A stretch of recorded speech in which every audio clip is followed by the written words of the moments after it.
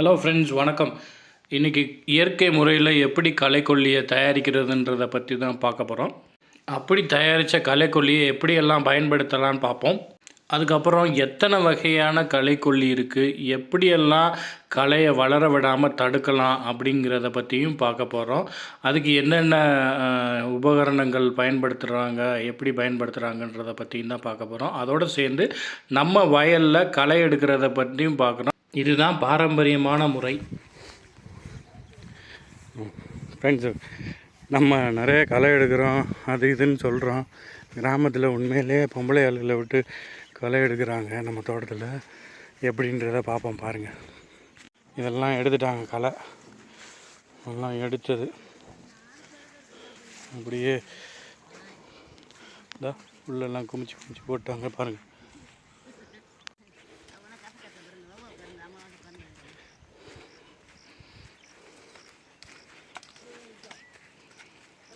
எனக்கு பெரியப்பா வேணும், அவரோட தாய் மாமா, வீட்டுக்காரம்மாவோட தாய் மாமா.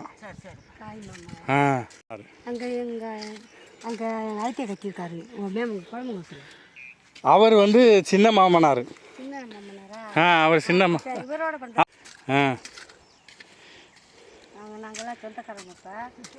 அப்போ ஆமாம் சொல்லியிருக்காங்க. இங்கே விரிசவங்களாம் இந்த இதுக்குள்ளே மாற்றி மாற்றி தானே கல்யாணம் பண்ணிக்கிறீங்க.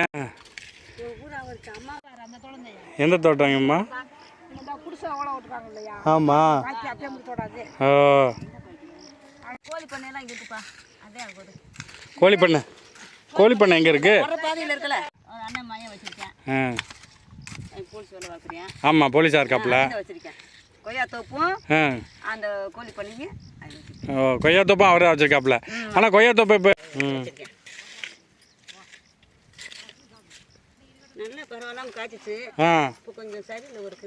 கவனிக்கணும்ல.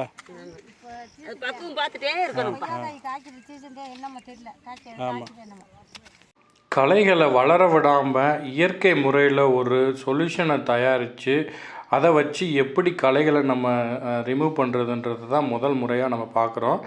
ஃபஸ்ட்டு 1 கிலோ உப்பு எடுத்துக்கோங்க. அதோட உங்களுக்கு கிடைச்ச ஒரு 100 மில்லி இல்லை 1 லிட்ரு கோமியம் எடுத்துக்கோங்க. அதுக்கப்புறம் 100 ml வேப்ப எண்ணெய் அதோடு சேர்த்து சீயக்காயை கரைச்சிக்கோங்க. ஏன்னா சீயக்காயில் வேப்ப எண்ணெய் கரைஞ்சிரும். அதுக்கப்புறம் 2 எலும்புச்சம்பழம் போட்டு அந்த எலும்புச்சம்பழம் கரைசலையும் சேர்த்து மொத்தமாக கரைசலை ரெடி பண்ணிக்கோங்க.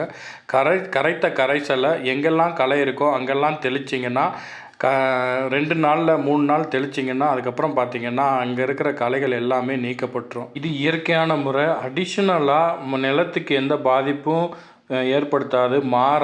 உரமாக தான் மாறும். அதுக்கு அடுத்து பார்த்திங்கன்னா மோல்ஷிங் சீட்டுன்னு சொல்கிறாங்க. இதை வந்து இந்த மாதிரி மேனுவலாகவும் மிஷின் வச்சும் நம்ம போட்டுக்கலாம். இது போடுறதுக்காக கம்பெனிஸ் இருக்காங்க, உங்களுக்கு தெரிஞ்சிருக்கும். மானியத்திலேயே இதை போட்டு கொடுக்குறாங்க.